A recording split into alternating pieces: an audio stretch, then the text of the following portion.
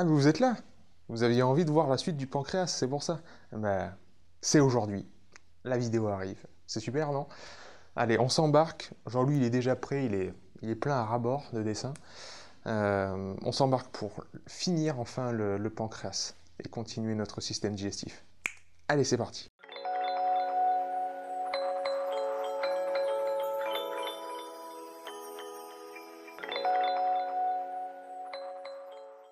Bon, petit rappel, pas long, hein. Je vous promets, cette vidéo, elle va pas être longue.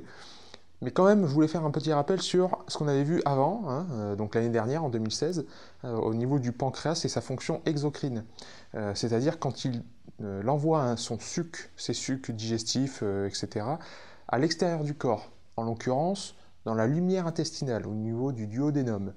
On avait dit que le pancréas, il avait cette fonction exocrine parce qu'il balançait du bicarbonate pour contrer l'acidité qui descendait de l'estomac, des lipases, des protéases et des amylases, c'est-à-dire trois enzymes qui digèrent les trois grands groupes de macromolécules que sont les protéines, les lipides et les glucides.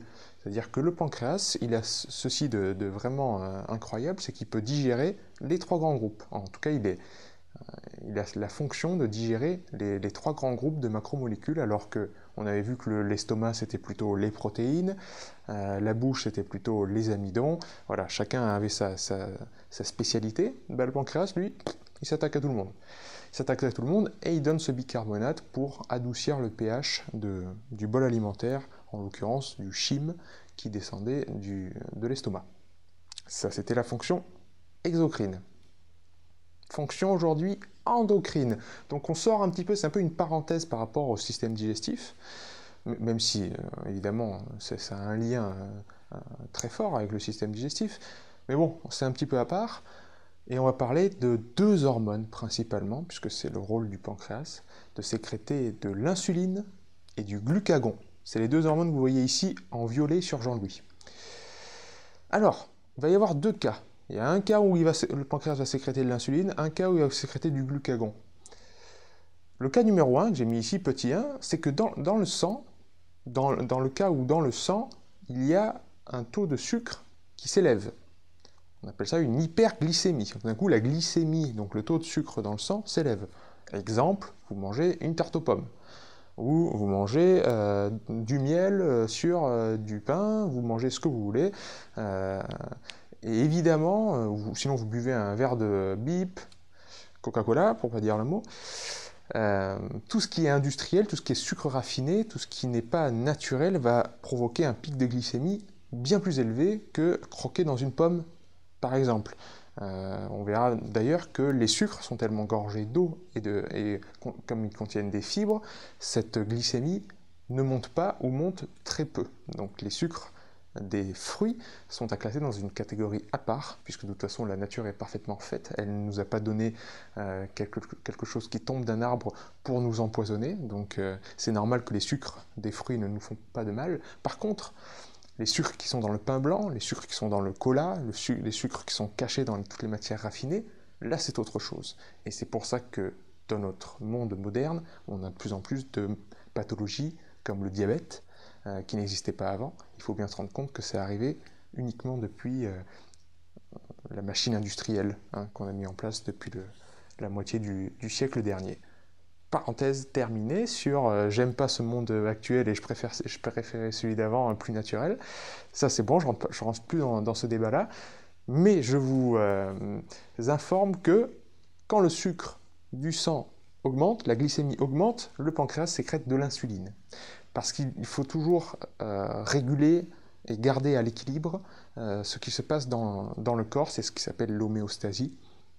Donc pour retourner à l'état d'équilibre de sucre, surtout au niveau du sang, on va dispatcher, enfin l'insuline, cette hormone, va avoir comme rôle de dispatcher le sucre qui est dans le sang dans les cellules.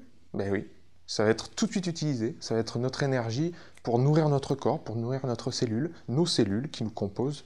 Voilà, ça va être sur l'instant. Mais ça va être très rapide, ça va être l'énergie du moment. Ça va être le carburant, hop, qui est utilisé comme ça. Évidemment, il va en rester beaucoup dans le sang. Qu'est-ce qu'on fait? On va en stocker au niveau du foie. Ça, c'est un foie. Ouais. Je suis pas bon dessinateur, mais Voilà, ça c'est un foie. Dans le foie et un peu aussi dans les muscles, sous forme de glycogène. Bon, c'est un des mots compliqués d'aujourd'hui, le glycogène, mais c'est à retenir parce que c'est la forme de stockage des sucres au niveau du foie et au niveau des muscles. Là encore, c'est une solution à court terme. Ça va vite se remplir, on va vite être saturé. La dernière solution, si on a toujours beaucoup de sucre, hein, vous avez bu 2 litres de coca, on va le transformer en graisse, ben ouais, en tissu adipeux. Ça va être le rôle de l'insuline. Alors pourquoi on a des pathologies de diabète? Pourquoi on a des phénomènes, par exemple, de résistance à l'insuline? Peut-être que vous avez entendu ça.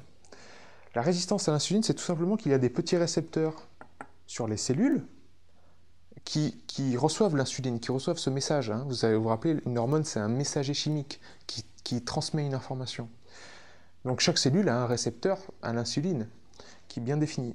Et bien la résistance à l'insuline, c'est tout simplement que les récepteurs qui sont sur la cellule, qui sont censés recevoir le message de l'insuline qui dit « Eh oh, petite cellule, prends du sucre, nourris-toi de sucre », et bien les récepteurs sont obstrués. Le liquide extracellulaire est tellement pollué, tellement chargé de toxines, tellement sale, que l'insuline ne trouve plus la boîte aux lettres, si vous voulez. Hein. On imagine que les hormones, ce sont une lettre qui rentre dans une boîte aux lettres. Et bien là, les boîtes aux lettres, elles nagent dans un brouillard. Hein. Il y a beaucoup de brouillard aujourd'hui, le facteur, il ne voit plus la boîte aux lettres. C'est pareil.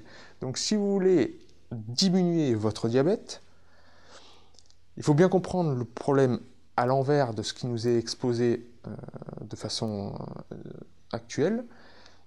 C'est que le diabète, ce n'est pas une maladie du sucre, c'est une maladie de l'insuline. C'est une maladie, c'est une pathologie qui a rapport à l'insuline et aux récepteurs de l'insuline.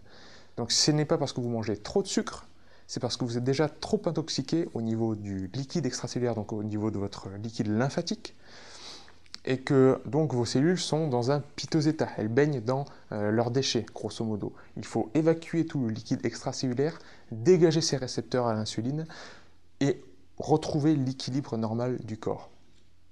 C'est ça. On fera des vidéos spécialement sur le diabète, mais grosso modo, c'est plutôt vers cette façon de voir les choses qu'il faut se tourner si on veut vraiment guérir du diabète de type 2.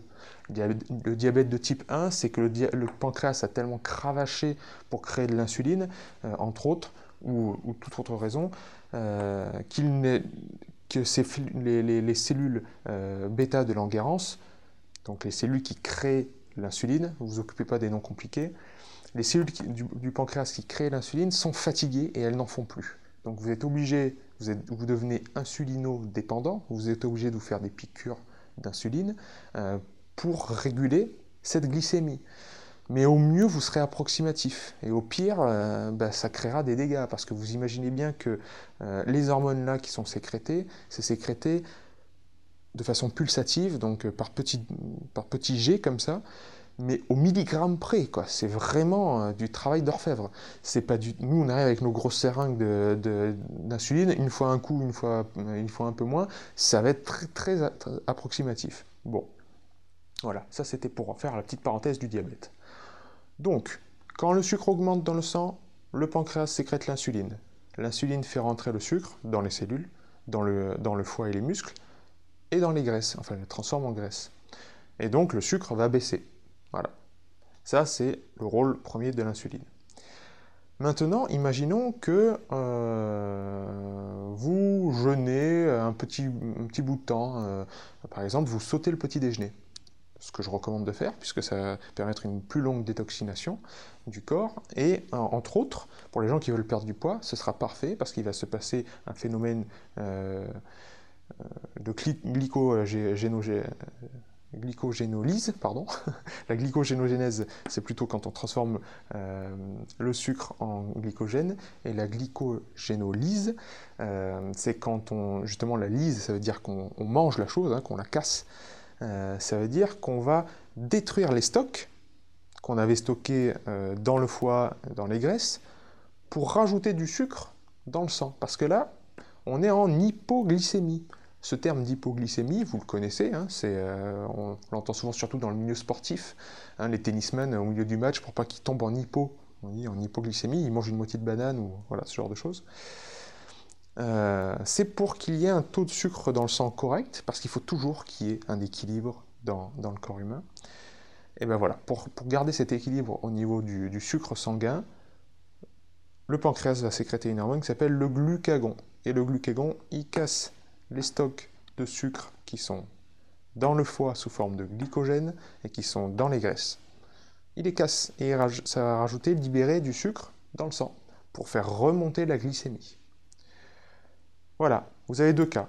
Soit il y a trop de sucre, on sécrète l'insuline qui fait stocker, soit il n'y en a pas assez, le sucre baisse, le pancréas sécrète du glucagon qui va briser les stocks à la fois du foie et des graisses.